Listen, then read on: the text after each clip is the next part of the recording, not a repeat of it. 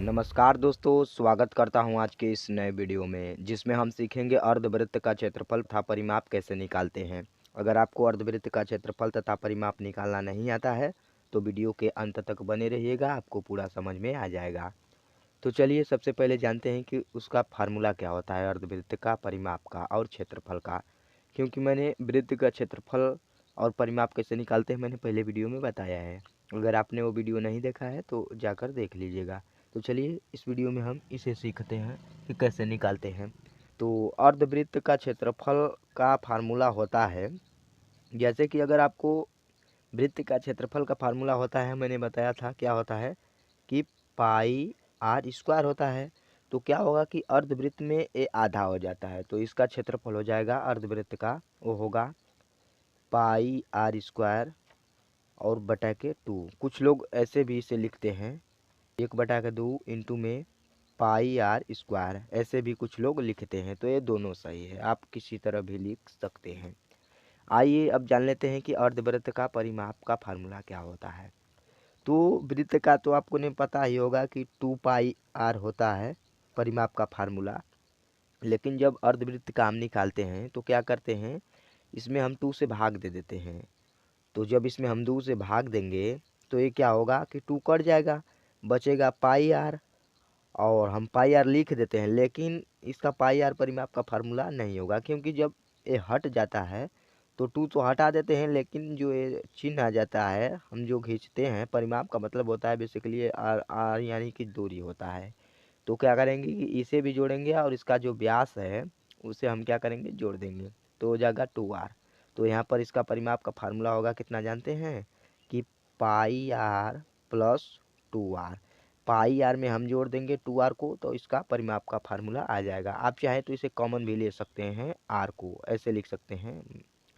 Are को अगर common ले लेंगे तो क्या बचेगा, पाई प्लस 2, ऐसे भी इसे हम लिख सकते हैं।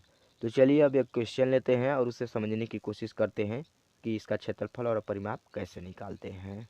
हमने एक क्वेश्चन लिया है जिसमें दिया है अर्धवृत्त का क्षेत्रफल तथा परिमाप ज्ञात कीजिए जिसकी त्रिज्या 7 सेंटीमीटर हो। तो चलिए हम एक अर्धवृत्त बना लेते हैं। तो मैंने पहले से बना रखा है अर्धवृत्त जिसकी त्रिज्या 7 सेंटीमीटर है।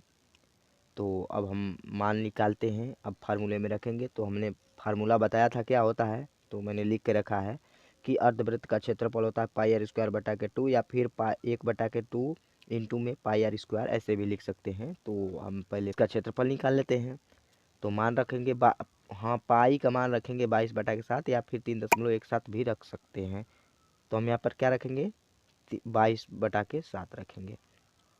तो चलिए मान रखते हैं, पाई की जगह कितना रखेंगे 22/7 इंटू में, और आर कितना दिया है 7 है, तो 7 का स्क्वायर करेंगे क्योंकि पाई आर स्क्वायर बटा के 2 होता है। तो क्या करेंगे, हम इसका गुना कर देंगे 1/2 से। अब हो जाएगा, गुणा करें या फिर भाग दें वही बात होती है। तो अब इधर लगा देते हैं, क्या करेंगे कि अब 7 का स्क्वायर है तो 7 और इंटू में 7 लिख देंगे।